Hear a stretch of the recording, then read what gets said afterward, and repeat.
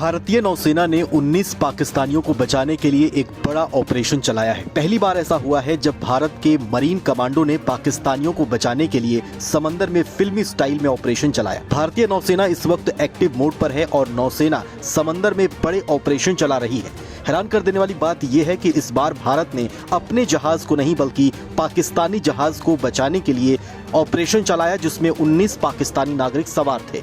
भारतीय युद्धपोत आईएनएस सुमित्रा ने सोमवार को अदन की खाड़ी में सोमाली समुद्री लुटेरों को करारा जवाब दिया है और 19 पाकिस्तानी नागरिकों समेत ईरानी जहाज को भी बचा लिया है। इन लुटेरों ने मछली पकड़ने वाले जहाज को किडनैप कर लिया था। जहाज से इमरजेंसी कॉल आने के बाद भारत के युद्धपोत ने समुद्री डकैतों के खिलाफ दूसरा अभियान चलाया। इससे पहले भारतीय नौसेना के युद्धपोत आईएनएस सुमित्रा ने रविवार को ईरान के जहाज एमवी ईमान को बचाया था। उसके बाद जहाज अल नईमी को सोमालिया के लुटेरों के शिकंजे से छुड़ाया। ये घटना केरल के कोच्चि के तट से 800 मील दूर अरब सागर में हुई।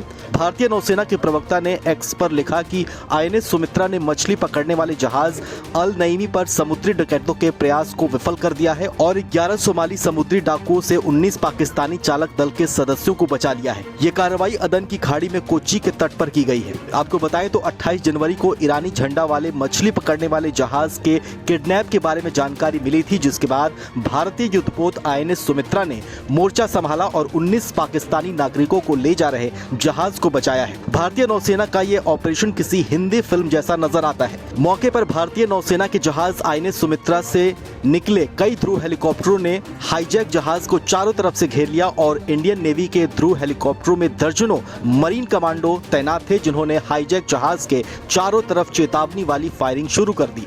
अंत में लुटेरों को हथियार डालने पड़े और सरेंडर करना पड़ा। भारतीय नौसेना ने बताया है कि समुद्री डाकुओं ने चालक दल को बंधक बना लिया था। आईएनएस सुमित्रा ने इस जहाज को रोक लिया और समुद्री लुटेरों के कब्जे से लोगों को छुड़ा लिया गया। नौसेना ने अरब सागर में 24 घंटे के अंदर हाईजैक की 2 बड़ी कोशिशों को नाकाम किया है। इससे पहले समुद्री लुटेरों ने 28 और 29 जनवरी को भी अरब सागर में ईरानी जहाज एमवी ईमान को हाईजैक करने की कोशिश से बचा लिया था।